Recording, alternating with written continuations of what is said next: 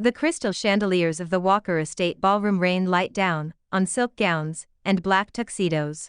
A string quartet plays something elegant and expensive.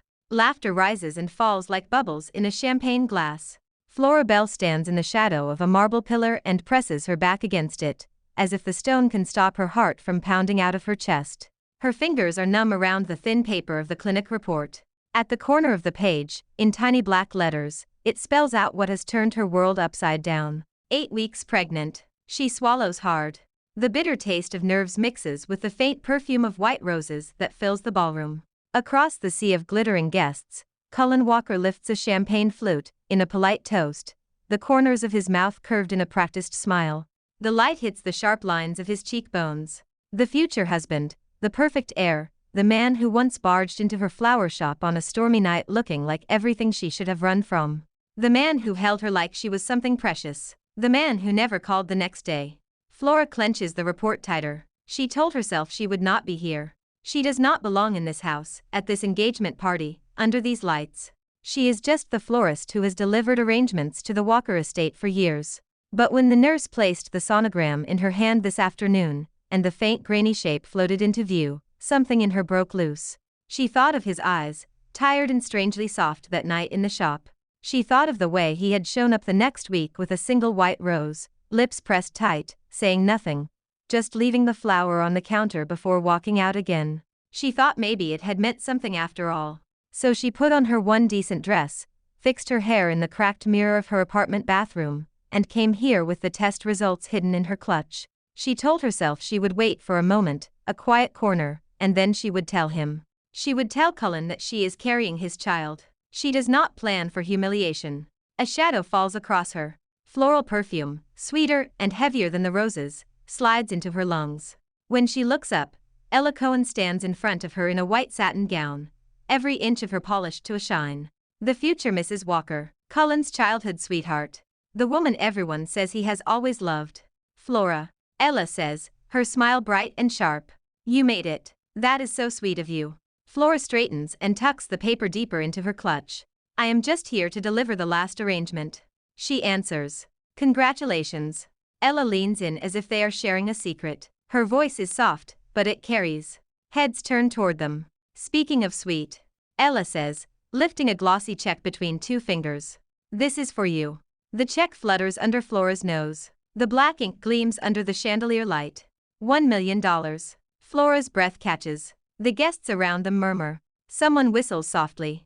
I thought we should settle everything cleanly before the wedding. Ella continues. Flora, $1 million for one night is not a bad deal. Do you think so? Flora feels her blood drain from her face. The room seems to tilt. What are you talking about? A crackle of sound fills the air. The quartet stops mid-note. On the massive screen at the far end of the ballroom, the Walker logo blinks out, and a chat window pops up, enlarged so that everyone can see. Flora sees her own name at the top of the messages. Flora Bell 1 million and I will disappear. You can have Cullen. I am not greedy. I just want what I deserve. Her hands start to shake. No. She whispers. No, that is not real. Messages scroll across the screen, begging for more money, threats to go to the media. Words she did not write. Onlookers suck in their breath. Phones rise to take pictures. Ella clucks her tongue. Screenshots do not lie. She says, voice dripping fake pity. You asked for money. You got the money. We are just finishing the transaction. Flora forces herself to breathe. Her heart hammers against the thin paper in her clutch. Somewhere inside her, the tiny heartbeat she has just seen on the screen of a clinic machine is trying to start a life. This is not me. Flora says. Her voice comes out rough. Someone faked those messages. Really? Ella tilts her head. Then why did you come tonight clutching that paper like it is a ticket to something? Flora looks down. Her hand has betrayed her. The clinic report is visible half out of her clutch now. Before she can stuff it back, another hand is there. Fingers long, tanned, and painfully familiar. Cullen plucks the report from her grasp. His cologne hits her first, clean and dark. Then his presence, solid and towering, blocks out the light. The guests fall silent as he unfolds the paper with slow, controlled movements. Flora watches his eyes move over the words. Positive. Estimated gestation. Patient name Flora Bell. His jaw tenses. Her stomach twists. Cullen. She whispers. I came here to tell you in private. I was going to explain. Those messages are not mine. I would never sell dash. 1 million. He says quietly, almost to himself. Then he lifts his gaze and pins her in place. The softness she remembers from that rain-soaked night is gone. Frost has taken its place. So this is the game. He says. His voice is flat. You sleep with me, then you show up at my engagement party with a pregnancy report, while your messages to my fiancé circle the room. Tears burn behind her eyes. I did not write those messages. Ella set this up. She came to my shop, she dash. Ella laughs, a sound like glass. Now I came to your shop? Flora, please, do not embarrass yourself. Flora's shoulders shake. She looks at Cullen, searching his face for any sign of the man who had once stood in the middle of her tiny shop, dripping rain on her floor, and confessing that he could not breathe inside his own life. Cullen, she says, voice breaking. You know me. You know I am not like this. I did not ask you for money. I did not come here for money. I came because I am scared, and I did not know what to do. This is your child. Our child. Her other hand flies to her flat stomach without thinking, as if she can shield the tiny life from the eyes around them. The move makes the murmurs louder. Some of the women press hands to their mouths. Some of the men smirk. Cullen looks down at her hand, then back at her face. Something flashes in his eyes. This is the moment, she thinks wildly. This is where he will remember who she really is. Where he will step toward her and away from the woman at his side. Instead he laughs. The sound is harsh and humorless. Our child. He repeats. You expect me to believe that? Yes, she says. Because it is the truth. His expression hardens. You disappeared after that night. When my assistant sent over a non-disclosure agreement, you did not sign it. You did not answer calls. Now you show up with this, and pretend to be an innocent victim. A non-disclosure agreement? Her mind spins. No one told me. No one called. I never got anything. Another murmur moves through the crowd. No one cares about the details, she realizes. The truth is already hanging from the ceiling screen, rendered in pixels and lies. Cullen takes one slow step closer. His next words are low but sharp enough to cut. Let me make this very clear, Flora. If you think you can trap me with a child, you are more naive than I thought. Take your little report and your little performance and get out.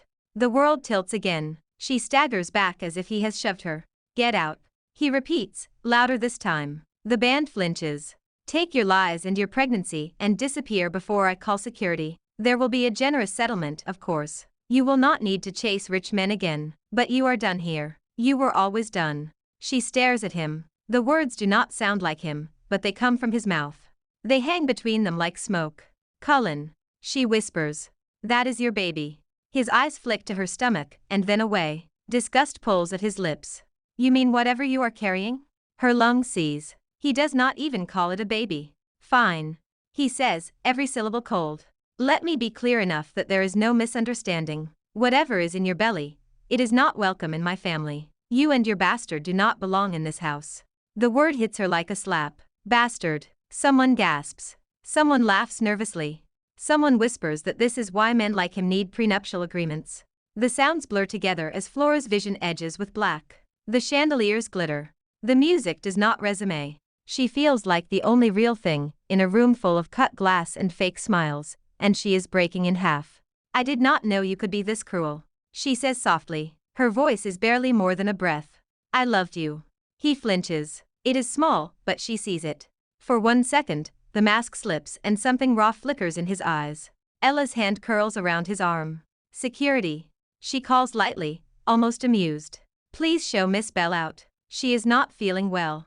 Flora looks down at the report still in Cullen's hand. She does not ask for it back. She does not reach for him again. There is nothing left to say.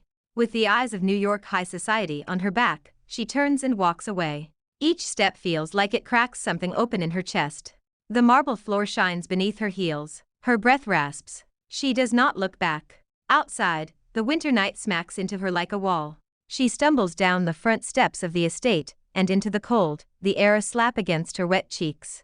Snow starts to fall, fat flakes melting as soon as they touch her skin. She makes it as far as the side of the road before her knees give out. She sinks down on the wet curb, the thin fabric of her dress no match for the freezing stone. Her hands move to her stomach.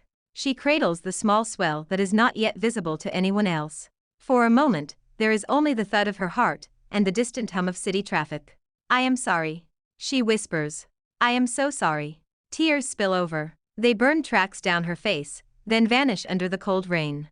Baby. She says, voice shaking. Your father does not want you. He thinks you are a mistake. He thinks I am a liar. Her chest aches as if something sharp has lodged there. She presses her forehead to her knees. But I will not let you be a mistake. I will not let anyone call you that again. I promise you, no matter how hard it gets, I will protect you. A car drives past, splashing water across her heels. She does not move. We are leaving. She says, forcing the words out into the night.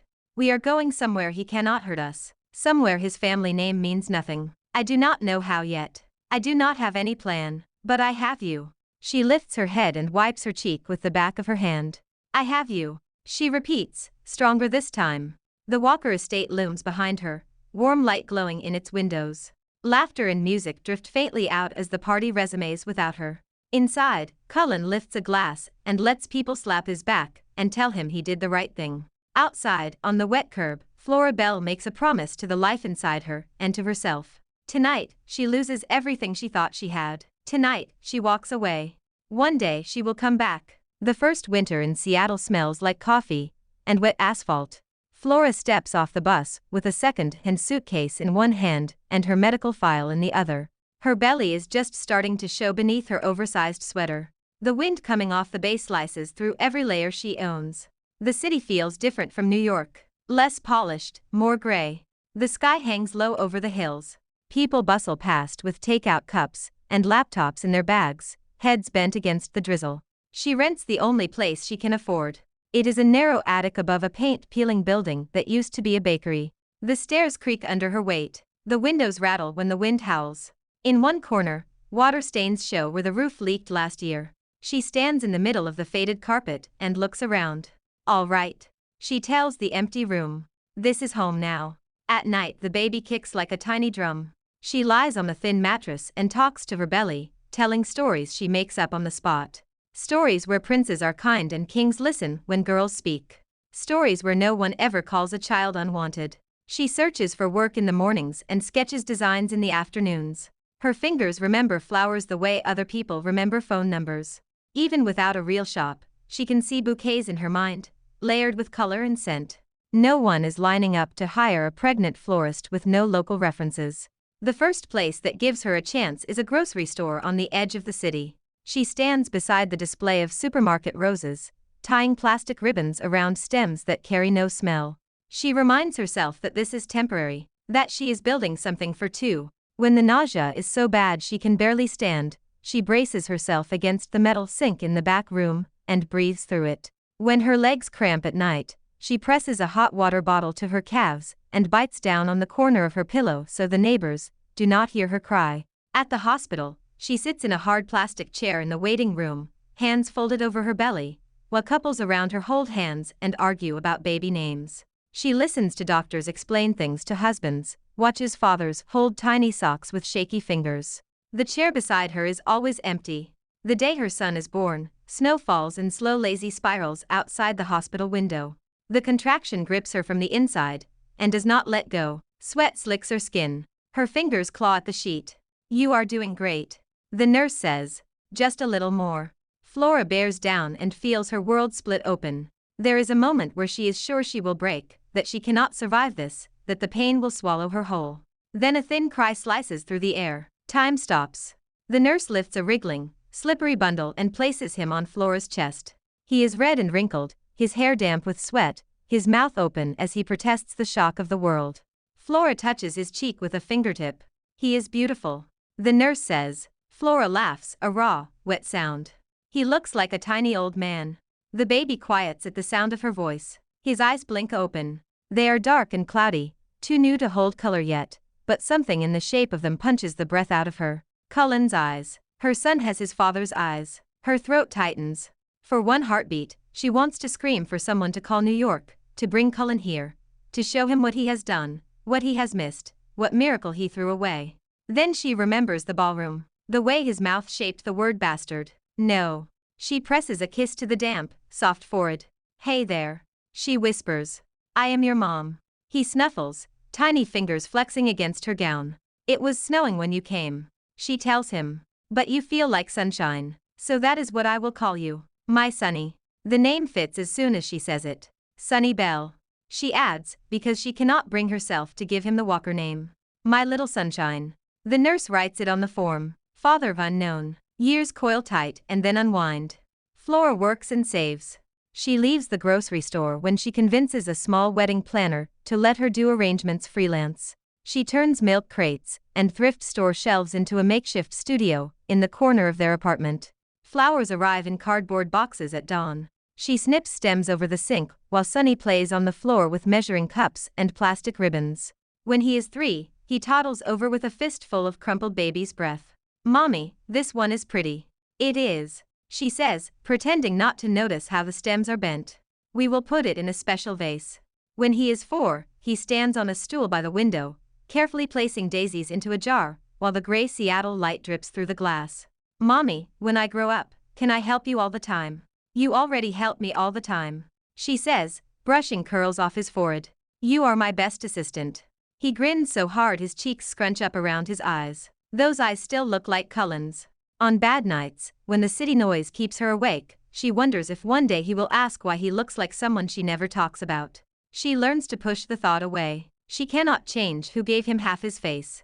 She can only change who gives him all his love. Cullen Walker comes back to her in dreams sometimes, and in the rare newspaper clipping that reaches her through wedding industry gossip, she hears that his engagement with Ella was called off within months of that awful party. Someone at a bridal show mentions that Ella fled to Europe.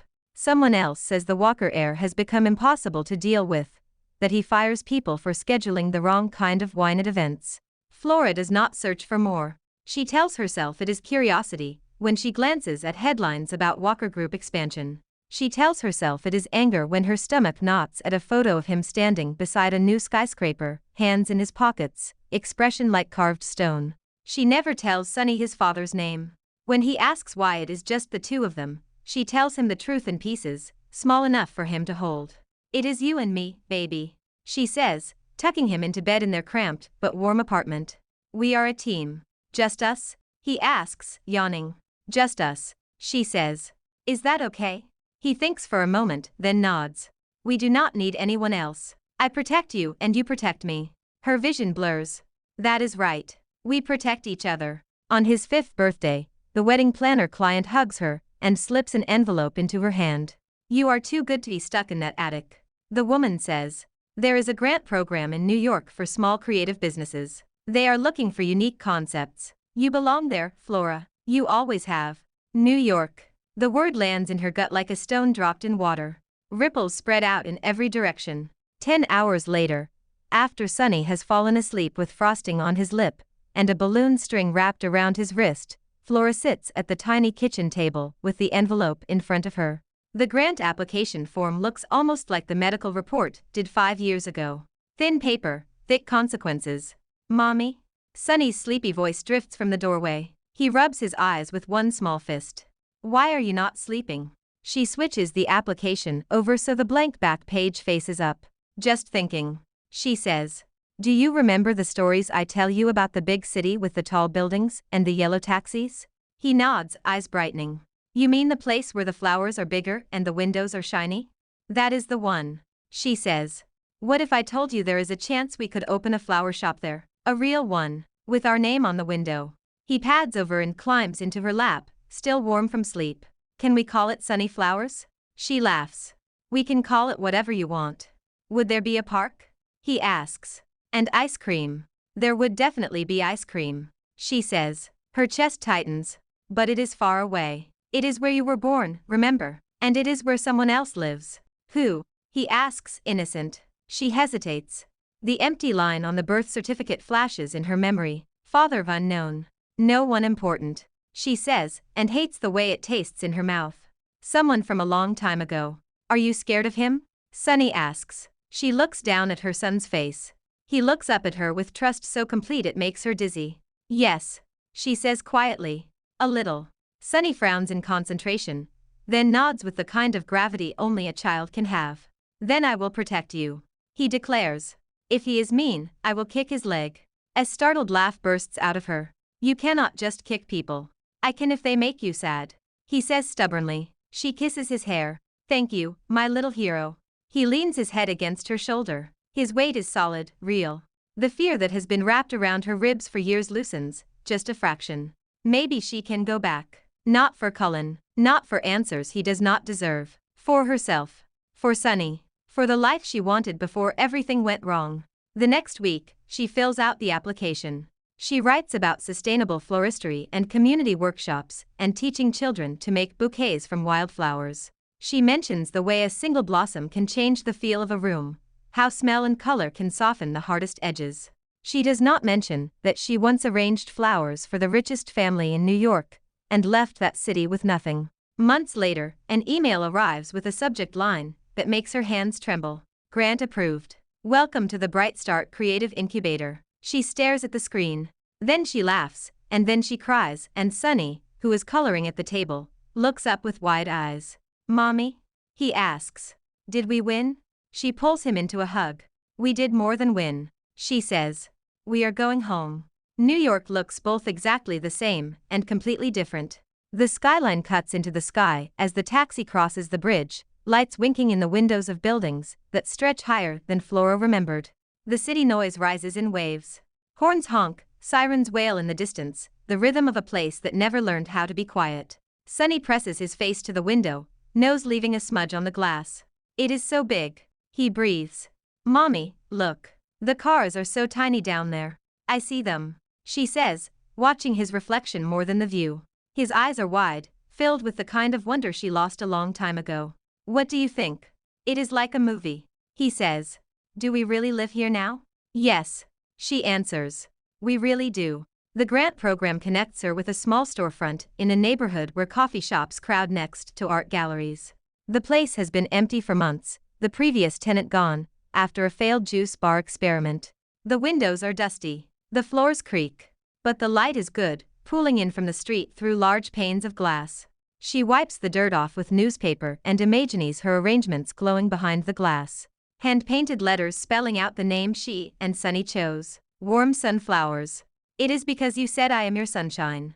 Sunny explains very seriously to the landlord. So we need the sun in the name, or else people will not know it is us. The landlord chuckles. Hard to argue with that. They work for weeks. Flora paints walls between daycare pickups and late-night design sketches. She works out of the tiny back room, turning it into a cool, damp space for stems and leaves. Sunny decorates the front with drawings of flowers taped to the wall at his eye level. When they finally open, the first customers are curious neighbors. A woman from the coffee shop next door brings over free lattes. A tattooed guy from the art gallery orders a bouquet of wild-looking blooms for his girlfriend. A little girl with missing front teeth spends her allowance on a single daisy. Flora smiles till her cheeks ache.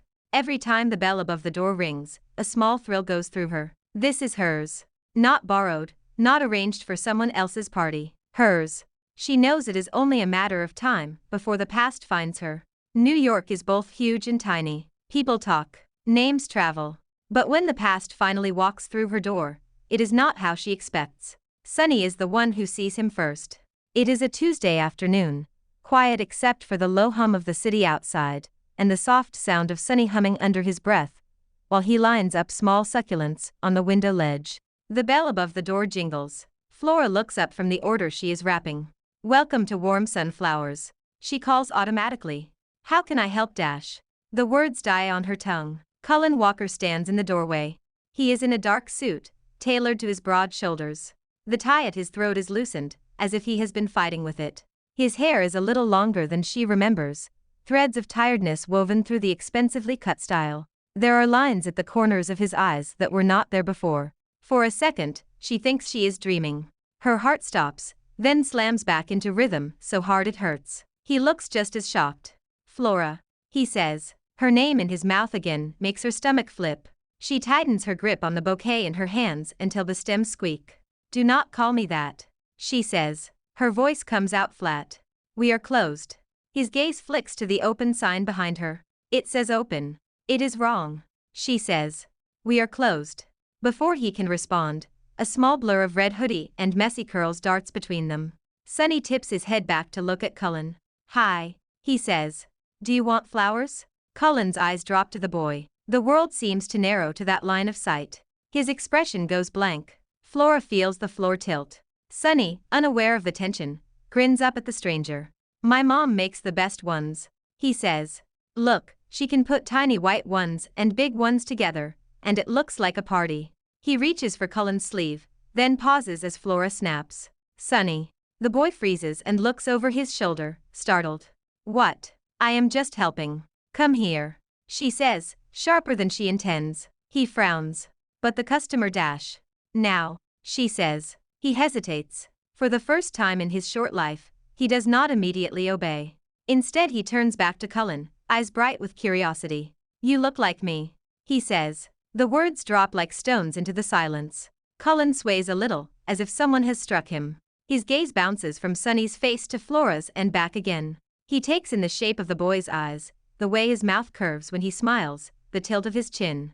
Flora sees the exact second it clicks. Oh my God. He whispers. Sunny blinks. That is a bad word, he says. Mom says we can only say it if we are singing. Flora's throat is so tight she can barely speak. Sunny. She manages. Go to the back and wash your hands for snack. But I am not hungry. He protests. Now, she says again, and this time he hears the strain under the words. He scuffs his sneaker against the floor but listens. As he passes Cullen, he cranes his neck to keep staring up at him. You really do look like me, he mutters, fascinated. Then he disappears through the curtain into the back room. The bell above the door chimes again as it settles. The shop seems suddenly too small, the air too thick. Cullen stares at the curtain that just swallowed the little boy, his hands are shaking. When he turns back to Flora, his face is pale. How old is he? He asks. His voice sounds scraped raw. Her nails dig into her palm. None of your business. How old? He repeats, more force behind it. She lifts her chin. 5. His shoulders slump as if someone has cut a string holding him up. 5. He says, as if tasting the number. So he was born the winter after you left. Her throat burns. Is there a point to this interrogation? Is he mine? The question tears out of him. It is not smooth or cold like his words in the ballroom. It is jagged, desperate. She laughs. The sound is brittle. You called him a bastard before he even took his first breath, remember? Why do you care whose he is? Pain flashes across his face. You know I did not mean dash. I know exactly what you meant. She cuts in. You did not want the child. You did not want me. You wanted your perfect life and your perfect bride. I was a mistake you could erase with a check. His jaw tightens. I did not write those messages. Congratulations, she says. Neither did I. He flinches as if she has slapped him. His hand comes up halfway, then drops again. I know that now, he says quietly. She goes very still. The scissors in her pocket press against her thigh. What? He runs a hand over his face. For a second, he looks exhausted, stripped of the armor she remembers. I found out months after you left, he says. About Ella, about the fake messages, about the transfer she made to a tech guy to doctor the screenshots. Every word lands heavy. Her breath stutters.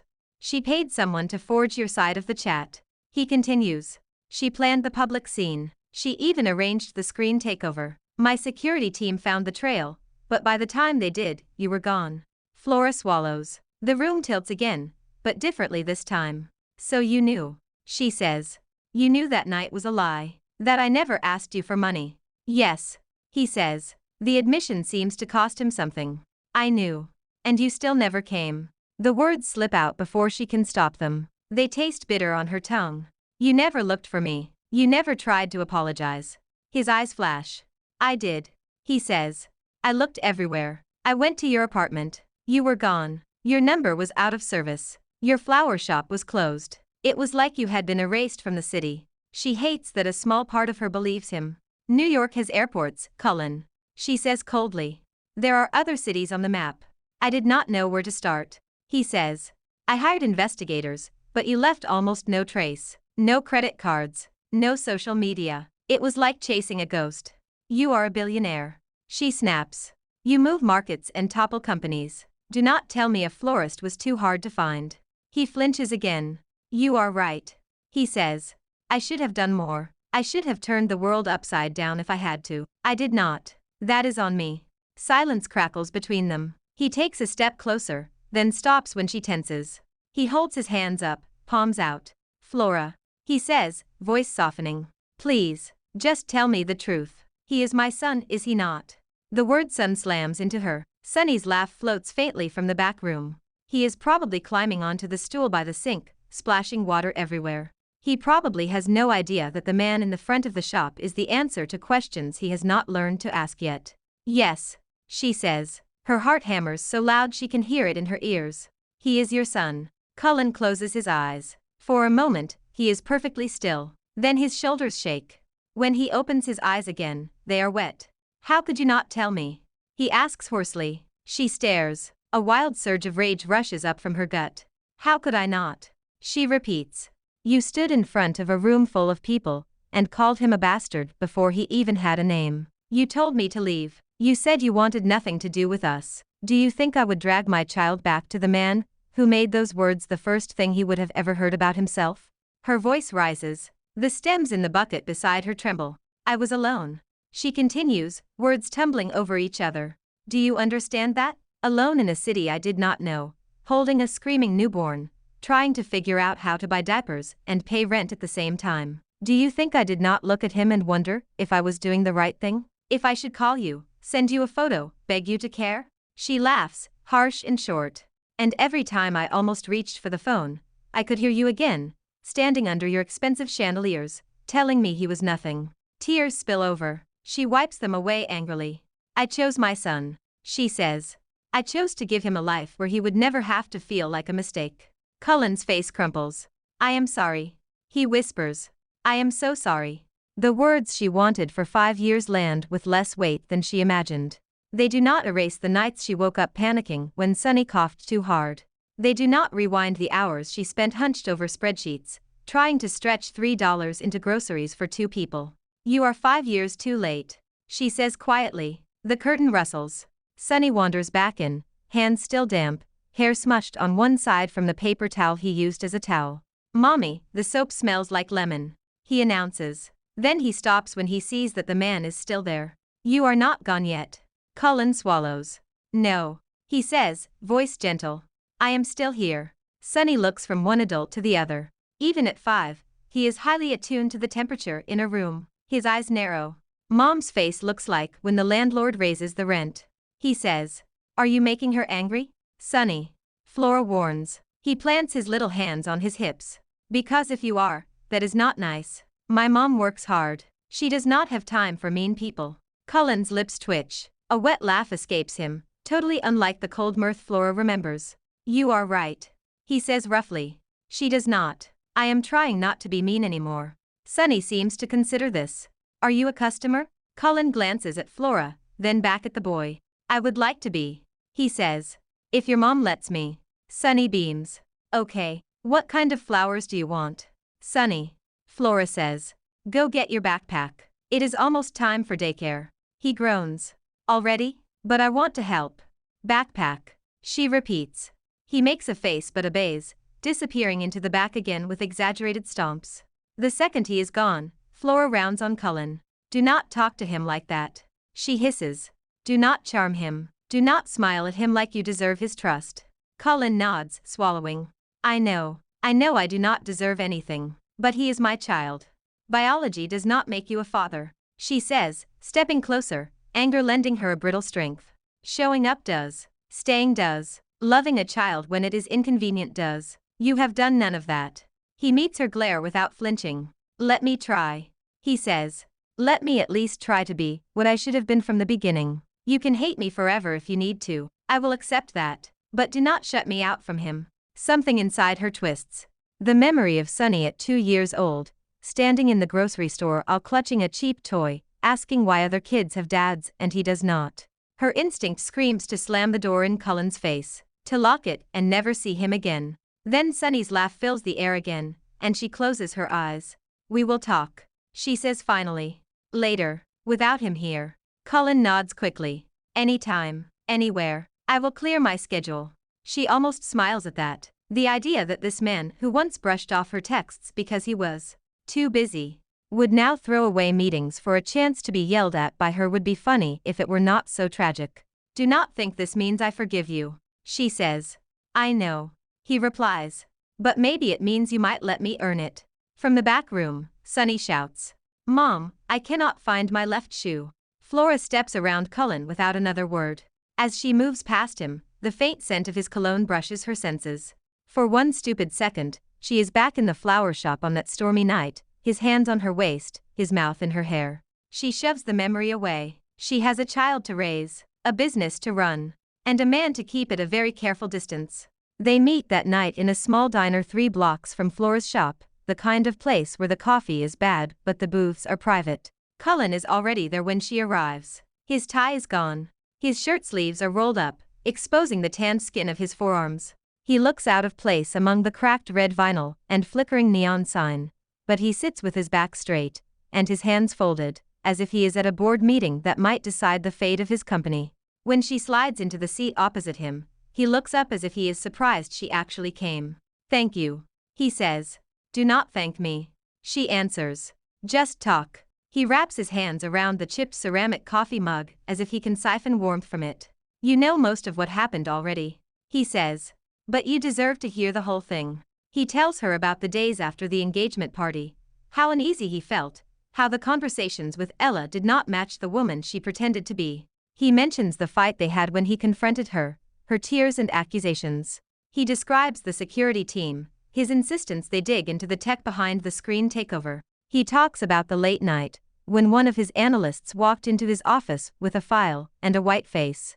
She had used an offshore account to pay a contractor to create those messages. He says, voice flat. The contractor kept everything, of course, both versions. The original, where you refused her money and told her you wanted to talk to me. The edited version, where it looked like you were begging for a payout. Flora grips her water glass. The thought of Ella in her shop that day, smiling and sweet as she pretended to comfort her, makes her skin crawl. She sent a non-disclosure agreement to your email that same night. Cullen continues. A tidy way to make the problem go away. When you did not respond, she told me you had contacted a tabloid. She said you were trying to start a scandal. I believed her long enough to let her twist the knife. He looks up, eyes full of self-loathing. I believed someone who had everything to gain, over the woman who had nothing. The waitress drops off a plate of fries between them. The smell of grease and salt fills the air. Neither of them reaches for one. I fired Ella from my life. He says. Cancelled the engagement. Told the board to deal with the fallout. But it was all too late, because you were gone. He tells her he went to her apartment and found it empty, the landlord apologetic, but firm about not giving out forwarding addresses. He tells her he tracked down the owner of her old flower shop and learned it had been sold to an investment firm that knocked down 3 buildings on the block. I hired investigators, he says. But you had paid cash for everything. You had no family in the city, no trail. I checked hospitals for birth records under your name in 3 states. Nothing. His mouth twists. Turns out you used a clinic that lists only patient numbers in public files, not names. It is good privacy policy. It just made you invisible. Flora does not know what to say. Part of her had always imagined him shrugging and moving on with his perfect life. The idea of him hunting for her, failing because she had been thorough in erasing herself from his reach, knocks something loose inside her chest. It does not change what happened that night, she says finally. Or the fact that you were the one who made that choice. No one forced those words into your mouth. I know, he says. I have replayed that night every day for 5 years. If hating myself brought you back, you would have been in my kitchen the next morning. She stares at him. Do you think guilt is enough? No, he says quietly. I do not. Which is why I am not here to ask for forgiveness. I am here to ask for a chance to be useful. She blinks. Useful. To you. To him. His fingers tighten around the mug. I cannot erase the years you spent alone. I cannot give you back the nights you cried in some shitty apartment, because I made you feel thrown away. But I can show up now. I can pay for a better school. I can help you expand your shop. I can take him to the doctor when he has a fever so you do not have to do it alone. Her throat burns. So this is charity. His head snaps up. No, he says sharply. This is responsibility. Charity would be writing you a check and washing my hands of it. I am done throwing money at problems and pretending that is love. Silence drops between them, thick and heavy. Flora looks down at her hands. Her fingers still smell faintly of stems and greenery. Sonny is not a problem, she says. Of course he is not. Cullen says quickly. He is. He trails off, words failing him for once. She remembers the way he had looked at Sonny in the shop, expression broken wide open. You will not call him bastard again, she says. It is not a question. His eyes go dark. If I ever even think that word about him again, I give you permission to slap me in front of the board of directors. She almost smiles at the mental picture. Almost. What if he does not like you? She asks. The thought sends a strange pang through her. He is not a prop in your redemption arc. He is a person. He will decide for himself. Then I will deal with it, Cullen says. I will show up anyway. I will be the fool who keeps trying. She sits back. The diner hums around them. A busboy clatters dishes in the back. A couple at the far booth argues quietly about whose turn it is to walk the dog. You think showing up now will fix him growing up without a dad? She says. It will not. I know. He replies. Nothing will fix that. I do not want to miss any more of his life than I already have. She can see that he means it. It frightens her, how much she wants to believe him. What about your company? She asks, grasping for solid ground. Your reputation. The great Cullen Walker, father of a 5-year-old he did not know about. That will make headlines. He shrugs, a small, almost careless motion. Let it. He says. I used to care what they said. I do not anymore. She raises an eyebrow. You expect me to believe that? He huffs a humorless laugh. My board will hate me. He admits. My mother will probably try to stage some kind of intervention. But I am not 25 anymore. I am tired of living a life that looks good on paper and feels empty in my chest. The admission is raw. She feels it like a cold hand pressed to her heart. I built Walker Group bigger than my father ever did. He continues. Every year, the numbers climb. But the day you left, the house I lived in felt like a hotel. I have not slept properly in 5 years. The only thing that cuts through the fog is work. And that stopped being enough a long time ago. She thinks of her own nights, staring at the ceiling while Sonny snored beside her, wondering if Cullen was out at galas with new dates, forgetting her name. Why now? She asks. You have had 5 years of fog. Why are you suddenly in my shop? He hesitates, then sighs. Because one of the incubator investors for your grant program is Walker Group. He says. I saw your business name on a list. Warm Sunflowers. I almost collapsed in the boardroom. I knew it had to be you. The idea of him choking on a spreadsheet with her business listed on it is surreal. I went straight there. He adds. I swear. This is not some months-long plan. It is a one-day-old panic attack. Despite herself, a laugh bubbles up. You had a panic attack over my shop. Yes. He says simply. I did. The waitress wanders by, dropping the bill on the table. Flora stares at the neat numbers, the ink still damp. I do not know what to do with you. She says truthfully. Give me tasks. He replies. You are used to doing everything alone. Let me take something off your hands. Even if it is just running errands, picking him up from daycare, fixing a leaky pipe at the shop. I am good at throwing my weight around. Let me use it for something that matters. She pictures Cullen in one of her tiny chairs at the craft table, surrounded by kids making paper flowers. The image makes her absurdly giddy, and also terrified. You will not just waltz into his life as his dad. She warns. You will be Cullen for now, a friend, someone helping out at the shop. If he decides he wants to call you something else, that will be his choice. His jaw tightens, but he nods. All right. He says. Cullen it is. And there will be rules. She adds. You will not make promises you cannot keep. If you say you will be somewhere for him, you will be there. No excuses. No late meetings. No last-minute cancellations because the stock dropped for 5 minutes. He winces. Fair. If you hurt him. She continues, voice low. If you make him feel unwanted even for a second, I swear I will take him and disappear in ways your investigators could never track. He meets her eyes. Understood. He says. The ferocity in his answer surprises her. They sit in silence for a moment. The past and the future hang between them, fragile as glass. When can I see him again? He asks cautiously. She thinks of Sonny's bedtime routine. The way he insists on 3 stories, not 2. The way he clutches his stuffed dinosaur when he is unsure about something. Come by the shop tomorrow, she says. We will start small. A slow, disbelieving smile spreads across his face. For the first time, it looks real.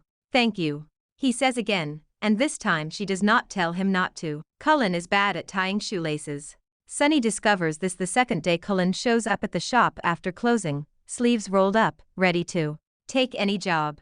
Flora assigns him the very glamorous task of cleaning buckets and sweeping petals off the floor, while she works on an order for a last-minute wedding. Sunny, of course, abandons his coloring book the moment Cullen walks in. "Are you here again?" he demands, standing with his hands on his hips. "If that is okay," Cullen says, glancing at Flora. She shrugs without looking up from the arrangement. "As long as you do not break anything." Sunny considers. "You can help me build a fort," he announces. Cullen blinks. "A fort? With boxes?" Sunny explains. "The flower boxes. Mom says we cannot throw them away yet, so we can build something." Flora opens her mouth to say no, that those boxes are for shipping, that the shop is not a playground. Then she sees the hopeful look on Sunny's face, and the oddly similar look on Cullen's. She sighs. "Fine. No tape on the walls, no pens on the floor, and if anyone breaks an ankle, it is not covered by my insurance." "Yes." Sunny cheers. He grabs Cullen's hand and tugs. Cullen follows, awkward and stiff at first. Sunny starts dragging boxes into the middle of the shop, stacking them with the authority of a tiny architect. "Hold this," he orders, handing Cullen a large cardboard piece. Cullen obeys. He is used to giving commands, not taking them from someone who still cannot reach the top shelf, but he does it anyway. The box wobbles. Sunny frowns. "You have to hold it tighter," Sunny says, "or the wind will blow it away." "There is no wind in here," Cullen points out. "It is imaginary wind," Sunny says with a sigh. "You have to pretend." Cullen's mouth twitches. "Right, imaginary wind." As they work, Flora watches out of the corner of her eye. Cullen moves more carefully than she has ever seen him. He does not bark orders or try to control everything. He lets Sunny lead, nodding seriously at his instructions. When Sunny's shoe comes untied, he plops down on the floor and sticks his foot out. "Tie this, please." Cullen kneels, looming over the tiny sneaker. His fingers, which can sign contracts that move millions, fumble with the laces. The knot he produces is lopsided and loose. Sunny wiggles his foot. The shoe immediately slips off. He bursts out laughing. "You are bad at this," he declares. Color rises on Cullen's cheeks. Flora has to bite her lip to keep from laughing too. "I never had practice," he admits. "No one asks CEOs to tie their shoes." "I will teach you," Sunny says generously. "Then you can be good at it. You need to make bunny ears and then they hug." He demonstrates with slow, exaggerated movements, his tongue sticking out in concentration. Cullen watches as if he is being taught the code to some vital system. The next knot he makes holds. Sunny grins in satisfaction. "See, I am a good teacher." "You are." Cullen agrees, voice thick. Days bleed into weeks. Cullen becomes a fixture at the shop. The neighbors get used to seeing the sleek black car parked around the corner, and the expensive man in rolled-up sleeves hauling flower buckets like any other worker. He picks Sunny up from daycare on Wednesdays, the one day Flora has to meet with suppliers across town. He texts photos of Sunny eating ice cream, of Sunny asleep in the back seat, with his head tipped to one side. Flora saves every picture, even when she tells herself she will delete them. He is not perfect. Sometimes his phone buzzes in his pocket, and she sees the tension in his jaw as he forces himself not to answer. Once, he is 10 minutes late to pick Sunny up because of a traffic jam. When he rushes into the shop, hair mussed, tie askew, apology spilling out of him, Sunny crosses his arms. "You said you would be here when the big hand was on the 12, Sunny says, pointing at the clock. "It is on the 3 now." "I know," Cullen says, dropping to one knee so they are eye level. "I am sorry. There was a car accident on the bridge. The road was blocked. I should have left earlier." Sunny squints. "Did anyone get hurt?" "I think they were okay," Cullen says. "But the cars were bent." Sunny considers this. "Okay," he says finally. "But do not be late again. Mom gets that line on her forehead when you are late. I do not like it." Flora looks away so they do not see the way her mouth betrays her with a smile. One night, Sunny gets sick. It starts as a small cough in the afternoon, and blooms into a fever by bedtime. His cheeks are flushed. His breathing sounds thick. Flora sits on the edge of his bed, heart pounding with every wheeze. "Do you think he needs a hospital?" she asks, panic tightening her throat. Cullen is there within 15 minutes, despite the late hour. He stands in Sunny's small room with his expensive shirt sleeves rolled up, looking oddly helpless, as he watches the child toss and turn. "I have a doctor on call," he says. "One of the best pediatricians in the city. I will get him here." Before she can protest, he steps into the hallway and makes the call. The doctor arrives with a medical bag and calm hands. He examines Sunny gently, listens to his chest, checks his throat. It is a nasty viral infection, he says finally. But his lungs are clear. He does not need to be hospitalized. Keep his fever under control, watch his breathing. If it gets worse, call me. He leaves a list of instructions and a prescription for medication that Cullen has delivered within the hour. When the doctor is gone, the apartment feels strangely quiet. Sonny dozes fitfully, little hand clutching his dinosaur. Flora sinks into the chair by the bed. Her shoulders sag with exhaustion and relief. Thank you, she murmurs. Cullen stands in the doorway, hands shoved into his pockets as if he is afraid to touch anything. I should have been there from the beginning, he says. You should not have had to do sick nights alone. She does not answer. Part of her wants to tell him about the time Sonny's temperature spiked so high she sat on the bathroom floor with him in her lap, the shower running cold to cool his skin. How she cried silently so she would not scare him. Instead she just reaches for the washcloth and gently wipes Sonny's forehead. You can go, she says. You have done enough. I am staying, he says. She looks up, surprised. You do not have to. I know I do not have to, he says. That is the point. I want to. He insists on taking the chair while she lies down for a few hours. She resists until the room blurs around the edges and her body wins. When she wakes up before dawn, her neck stiff from the couch, she finds Cullen still in the chair by Sonny's bed, head tipped back against the wall, dark circles under his eyes. A blanket has slipped from his lap onto the floor. He has not really slept. One hand rests on the edge of the mattress, fingers inches from Sonny's. Flora stands in the doorway and watches them, something tender and painful swelling in her chest. He looks up, eyes heavy but alert. His fever broke an hour ago, he says quietly. Honestly, I think I sweated more than he did just worrying. She laughs softly. Welcome to parenthood. He smiles, a small, tired thing. It is terrifying. Yes, she agrees. It is. In moments like this, her anger softens without her permission. She catches herself wondering what their life would have looked like if things had gone differently. If there had been no forged messages, no cruel words shouted over chandeliers. She cuts those thoughts off before they take root. This is reality.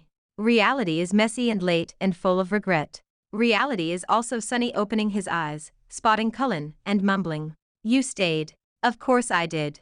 Cullen says, voice rough. I told you I would. Sonny gives a weak but satisfied smile. Okay. He whispers and falls back asleep. Something small and frostbitten inside Flora's chest begins to thaw. Winter comes back to New York like a familiar ghost. The year since Flora opened Warm Sunflowers has been the busiest of her life. The shop has become a tiny anchor in the neighborhood. People come in for birthday bouquets, apology arrangements, and last minute. I messed up. Flowers that she designs without judgment. Cullen's presence in Sonny's life has gone from shocking to normal. The daycare teachers know him as Mr. Cullen. The other parents whisper, recognizing the man from business magazines. But he seems oblivious, focused only on the small boy barreling into his arms at pickup. Flora still keeps her guard up. The ice around her heart has cracked, but it has not melted. She lets him in for Sonny's sake and tells herself that is all. On the first snowfall of the year, she closes the shop early. Thick flakes tumble down outside, frosting the city in white. Sonny dances in the front room, hands outstretched, catching snow through the open door until she laughs and drags him back inside before he turns into a popsicle. Cullen shows up with a bag of takeout and a scarf wrapped around his neck. I come bearing soup, he announces, stomping snow off his shoes. You know we can cook, Flora says, but she takes the bag anyway, because the smell of chicken noodle makes her stomach rumble. Your cooking is better than mine, he admits. But mine is better than nothing. They sit at the tiny table in the back, the three of them hunched over steaming bowls, cheeks pink from the cold. Sonny tells a long, complicated story about a snowball fight at school that somehow involves a dragon, two princesses, and a very angry lunch lady. Cullen listens as if it is the most important briefing of his career. Flora watches him, the way his eyes soften when Sonny gestures excitedly, the way he smiles at the right moments. After dinner, Sonny begs to go outside and build a snowman. Flora is about to say they can do it tomorrow when Cullen stands up. Let us do it now, he says. Before it melts. She eyes the pile of orders still waiting on the counter. The holiday season is their busiest time. There is work. She starts. I will help you finish it later, he says. Come on, 10 minutes will not kill us. Sonny has already pulled on his mismatched gloves and hat. Please, Mom. He says, weaponizing his biggest eyes. Flora sighs and gives in. Fine. She says. 10 minutes. They step out into the quiet street. The snow mutes the usual city noise, wrapping the world in a soft hush. Under the street lamp, flakes sparkle as they fall. Sunny plunges into a drift with a delighted shout. Cullen follows more carefully, bending to scoop up handfuls of snow. Flora stands back for a moment, watching them roll snowballs across the sidewalk, laughing when they come apart and start again. You have to pack it tighter, Cullen says, demonstrating. Like this. Whoa. Sunny breathes. That is huge. Minutes later, a lopsided snowman stands guard outside the shop. Sunny claps his hands in delight. He needs a name. He declares. Frosty is taken, Cullen says. We do not want to get sued. Walker. Sunny says instantly. Because he is standing. That is like walking but not moving. Flora snorts. That is creative. Cullen looks oddly pleased. Walker it is. Sunny jumps in place. Take a picture. He demands. Of me and Walker. He grabs Cullen's hand and points at Flora with his other. You too, Mommy. She hesitates. Her instinct is to stay behind the camera, to record their moments from a safe distance. But Sunny is already dragging them together, arranging them in front of the snowman. Cullen holds the phone out with his free hand, snapping a series of photos as Sunny makes silly faces. In one, Sunny sticks his tongue out. In another, he leans back against Cullen's chest, eyes squeezed shut with laughter. In the last one, Flora is caught mid-smile. Snowflakes dust her hair. Cullen's gaze has turned toward her, soft and unguarded. Later, when she scrolls through the pictures in bed, that last one makes her heart stutter. Days pass. The snowman leans farther and farther to one side as the weather warms and cools and warms again. One evening, after closing, Flora finds Cullen still there, wiping down the counter without being asked. Sunny has fallen asleep on the shop couch, a book open on his chest.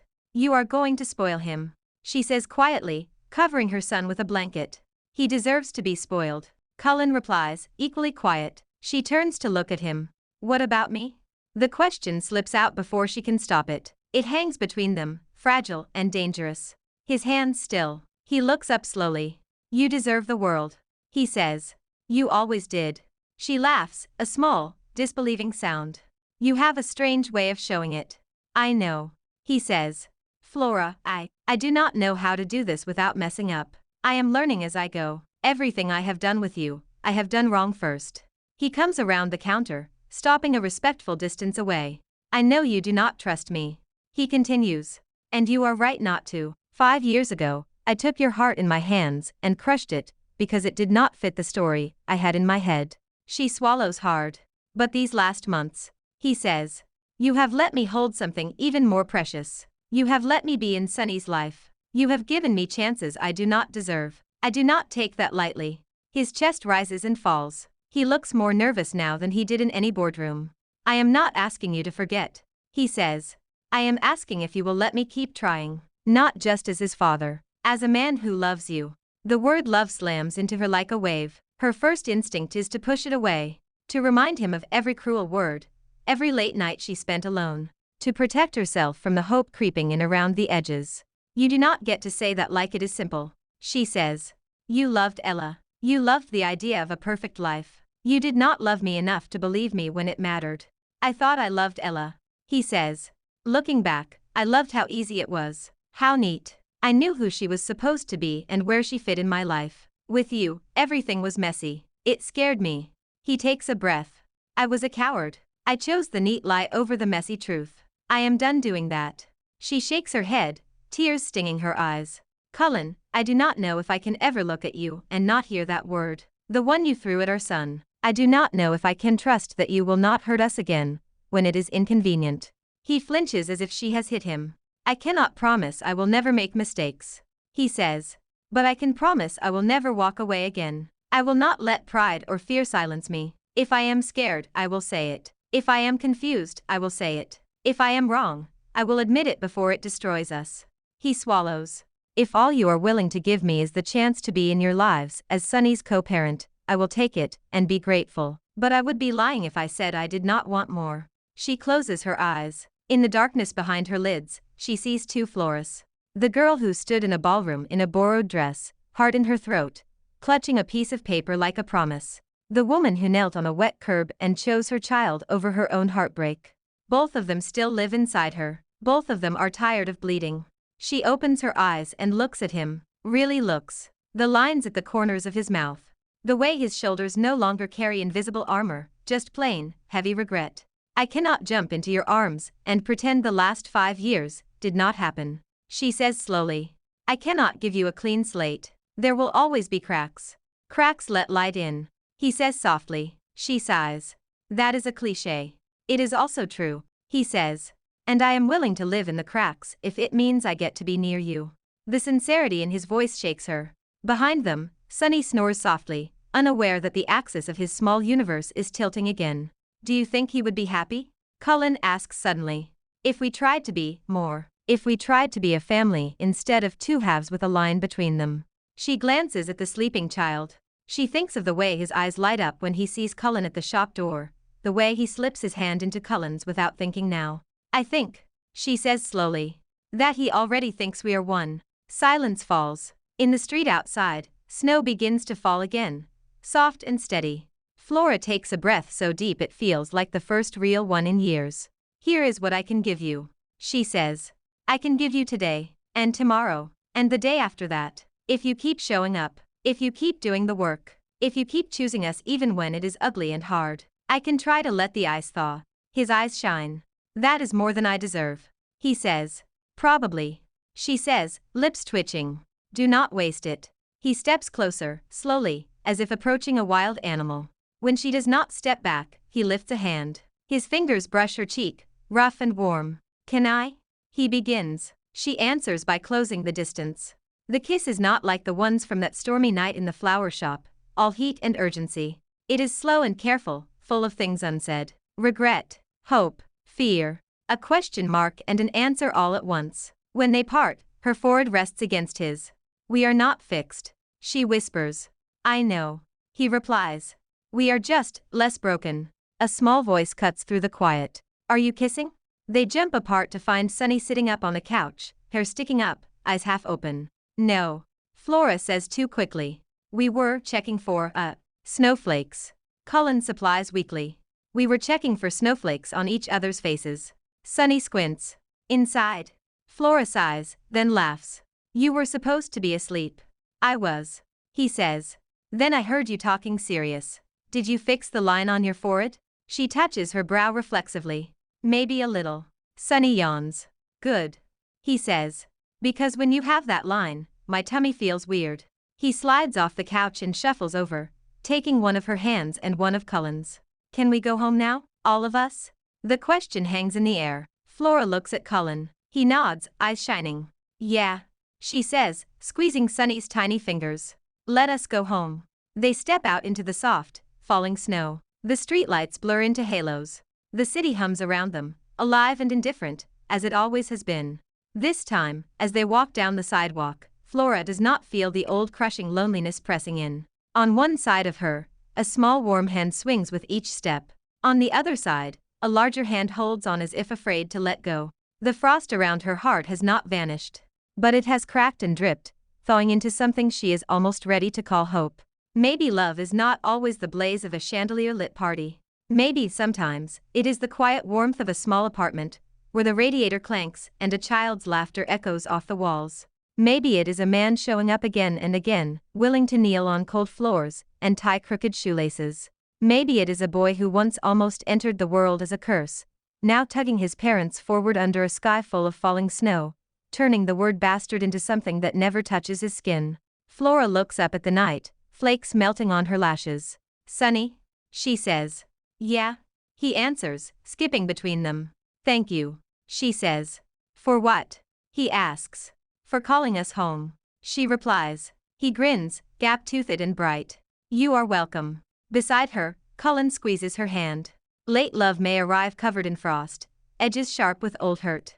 But under the slow, stubborn warmth of 3 tangled lives, even the hardest ice begins to melt. The road ahead is long and uneven. There will be more mistakes, more nights of fear, more mornings of doubt. But they are walking it together now. That, for the first time, feels like enough. Thanks for watching. Follow for more romance stories.